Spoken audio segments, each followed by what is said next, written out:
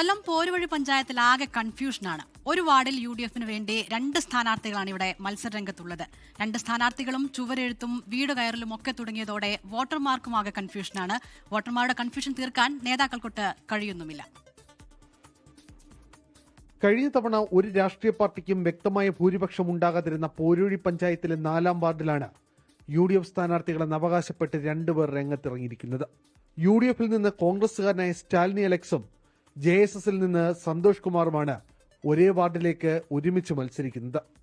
താനാണ് യഥാർത്ഥ UDF സ്ഥാനാർത്ഥിയെന്നാണ് കോൺഗ്രസുകാരനായ സ്റ്റാലിനി അലക്സിന്റെ വാദം.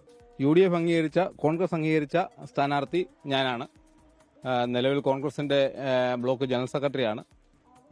അങ്ങനെ പാർട്ടിയുടെ വാർഡ് കമ്മിറ്റി കൂടി തീരുമാനമെടുത്ത് അങ്ങനെ വാർഡ് കമ്മിറ്റിയിൽ 2 സ്ഥാനാർത്ഥികൾ വന്നപ്പോൾ അത് കോർ കമ്മിറ്റിക്ക് വിട്ടു. കോർ കമ്മിറ്റിയിൽ തീരുമാനമെടുത്ത് ഔദ്യോഗികമായി കോൺഗ്രസിന്റെ സ്ഥാനാർത്ഥിയായി തന്നെയാണ്.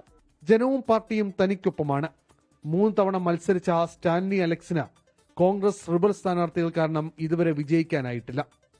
എന്നാൽ സീറ്റ് UDF JSS-ന് നൽകിയതാണെന്നും താനാണ് യഥാർത്ഥ സ്ഥാനാർത്ഥിയുമെന്നാണ് സന്തോഷ് കുമാറിന്റെ മറുപടി. UDF-ന്റെ സ്ഥാനാർത്ഥിയാണ്. JSS-ന് ഒരു സീറ്റ് തരുന്നതാണ്. അത് പോരുവഴി പഞ്ചായത്തിലെ 4-ാം വാർഡാണ്. അത് ഈ 15-ാം തീയതി രാത്രി വരെ ഞങ്ങൾക്ക് തരാമെന്ന് പറഞ്ഞിട്ട്.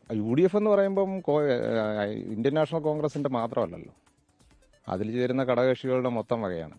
അത് വലിപ്പവും ചെറുപ്പവും ഒക്കെ ഉണ്ടാകും പാർട്ടികൾക്ക്. UDF കോൺഗ്രസിന്റെ മാത്രമല്ലെന്നും JSS-ന്റെ കൂടിയാണെന്നും സന്തോഷ് കുമാർ പറയുന്നു. തനിക്ക് നേതാക്കളുടെ പരിപൂർണ പിന്തുണയുണ്ടെന്നും സന്തോഷ് കുമാർ പറഞ്ഞു. ഇരുവരും ചുവരെഴുത്തും പോസ്റ്ററും പതിച്ച് വീട് വീടാന്തരം കയറി വോട്ട് ചോദിക്കുകയാണ്. ഇതോടെ പെട്ടത് UDF-കാരാണ്. തങ്ങളുടെ യഥാർത്ഥ സ്ഥാനാർത്ഥി ആരെന്ന് ആരോട് ചോദിക്കുമെന്നറിയാത്ത അവസ്ഥയിലാണ് പോരുവഴിയിലെ 4-ാം വാർഡിലെ UDF-കാർ.